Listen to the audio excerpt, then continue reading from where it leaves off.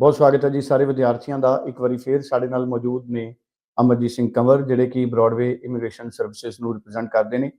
सानूं सारिआं नूं पता है कि कनेडा तो बहुत ज़्यादा रिफ्यूजल आ रहे हैं। अजिहे मौके दे विच किहड़ियां 5 गल्लां ने जिन्हां दा तुसीं ख्याल रखना है, वो 5 पॉइंट्स अज साडे नाल शेयर करनगे अमरजीत सिंह कंवर, ताकि तुसीं रिफ्यूजल तो बच सको और तुहाडा वीज़ा आ सके। कंवर साहब बहुत स्वागत है। मैं चाहूँगा कि पूरी वीडियो तुसीं एक्सप्लेन करो। नमस्कार दोस्तों। क्या आप भी कनाडा का रिफ्यूजल फेस कर चुके हैं या आप आने वाले दिनों में ही कनाडा की फाइल जमा कराने जा रहे हैं? अगर जमा कराने जा रहे हैं तो ये जान लें कि कनाडा में इस समय जो रिफ्यूजल का ट्रेंड है वो ज्यादा है। लेकिन ये रिफ्यूजल का ट्रेंड क्यों ज्यादा है और आप अपनी फाइल लगाते समय इस ट्रेंड से कैसे उस 20-30% बच्चों की तरह बच सकते हैं जिनका वीजा आ रहा है? आप कैसे उनकी तरह वीजा ले सकते हैं? किन चीजों का आपको ध्यान रखना है? तो आज आपको मैं 5 इंपॉर्टेंट चीजें बताने वाला हूं। अगर आप इन 5 इंपॉर्टेंट चीजों पे ध्यान दे लेंगे तो देयर इज 90% चांसेस ही कि आप अपना वीजा हासिल करेंगे। जी हां, सबसे पहली चीज कनाडा के अंदर कोर्स सबसे इंपॉर्टेंट हो चुका है।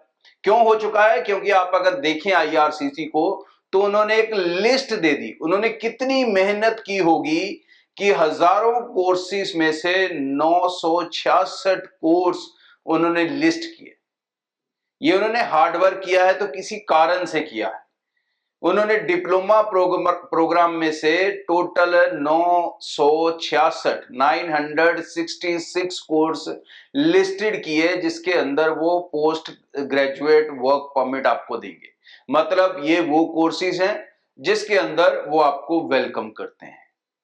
दूसरा, उन्होंने आपके लिए ऑप्शन छोड़ा कि आप किसी भी ग्रेजुएशन प्रोग्राम में आ जाएं, किसी भी मास्टर्स प्रोग्राम में आ जाएं, किसी भी पीएचडी प्रोग्राम में आ जाएं, तो भी आपको पीजीडब्ल्यूपी हम देंगे नए रूल्स के हिसाब से, नए सिस्टम के हिसाब से। मतलब उन्होंने अपने लिए वो बच्चे डिफाइन कर लिए जो उनको लंबे समय के लिए चाहिए। लेकिन कोर्स सिलेक्ट करते समय जो हमारा सबसे पहला पॉइंट है, बच्चे अभी भी पुरानी गलतियां कर रहे हैं। हम आज भी वो डिप्लोमा प्रोग्राम्स लेने में लगे हुए हैं जो हमारे प्रोफाइल से मैच ही नहीं करते। दैट इज द रीजन कि स्टूडेंट रिफ्यूज हो रहा है। इतनी सारी रिफ्यूजल क्यों है पता है? क्योंकि इस रिफ्यूजल में से 50% रिफ्यूजल आर्ट्स और कॉमर्स वालों की है, जो supply chain management, social work के कोर्सेज के अंदर जाने की कोशिश कर रहे हैं। मतलब अपनी तरफ से डिप्लोमा प्रोग्राम में जाने की कोशिश कर रहे हैं और उस डिप्लोमा प्रोग्राम में जाने की कोशिश कर रहे हैं जो पीजीडब्ल्यूपी वाला हो। लेकिन पीजीडब्ल्यूपी वाले प्रोग्राम सिर्फ मेडिकल और नॉन मेडिकल स्टूडेंट्स के लिए हैं जो डिप्लोमा प्रोग्राम से। तो भाई सबसे पहले कोर्स सिलेक्शन वो सही करो। अगर मेडिकल नॉन मेडिकल स्टूडेंट हो तो आप पीजीडब्ल्यूपी वाले 966 डिप्लोमा प्रोग्राम में से कोई भी प्रोग्राम किसी भी कॉलेज में लेके जा सकते हैं, कोई दिक्कत नहीं। जो भी आपके प्रोफाइल के हिसाब से मोस्ट सुटेबल है, मोस्ट सुटेबल, इजी नहीं। अब यहां पर भी कई बच्चे गलतियां करते हैं। कुछ कोर्सेज ऐसे हैं जो इजी साउंड होते हैं, वो डायरेक्टली मेडिकल के नहीं है, डायरेक्टली नॉन मेडिकल के नहीं है, तो बच्चे उनको लेने की कोशिश करते हैं। तो भाई इसमें कोई वीजा नहीं आने वाला। अगर आप आर्ट्स कॉमर्स वाले हैं तो आपको यूनिवर्सिटी के अलावा और कोई सोल्यूशन नहीं है, चाहे आज मान जाओ, चाहे 4 रिफ्यूजल लेने के बाद मान जाओ। तो पहली चीज है कोर्स, वो सही कर लें। दूसरी चीज है इंस्टीट्यूट, किस इंस्टीट्यूट में आप पढ़ने जा रहे हो। कई बच्चे आज की डेट में भी एजेंटों के साथ पैकेज कर रहे हैं, प्राइवेट कॉलेजेस के अंदर फाइल लगा रहे हैं जिनके अंदर आपको पीजीडब्ल्यूपी नहीं मिलने वाला। तो भाई जबरदस्ती से यूनिवर्सिटी की जगह जबरदस्ती से कॉलेजेस में जाने की कोशिश कर रहे हो, तो ये भी सिस्टम गलत है। अगर आपका प्रोफाइल के हिसाब से आपको यूनिवर्सिटी जाना जरूरी है, आपको ग्रेजुएशन या बैचलर्स, मास्टर्स, पीएचडी करना जरूरी है, तो आपको वही करना होगा। आप कुछ भी और करने की कोशिश करेंगे तो आपको वीजा नहीं मिलने वाला। तो कॉलेजेस आज की डेट में भी जो डिप्लोमा के लिए एलिजिबल हैं वो जाएं, गवर्नमेंट फंडेड कॉलेजेस में जाएं। जो नहीं एलिजिबल हैं वो सिर्फ यूनिवर्सिटीज में जाएं, तो ही अपने वीजा हासिल कर सकते हैं। दो चीजें हो चुकी। तीसरी चीज, बहुत सारे बच्चों को ये कंफ्यूजन है कि लैंग्वेज के कारण रिफ्यूजल आ सकता है। भाई ये नहीं आएगा। 6 एज की कोई कंडीशन नहीं है।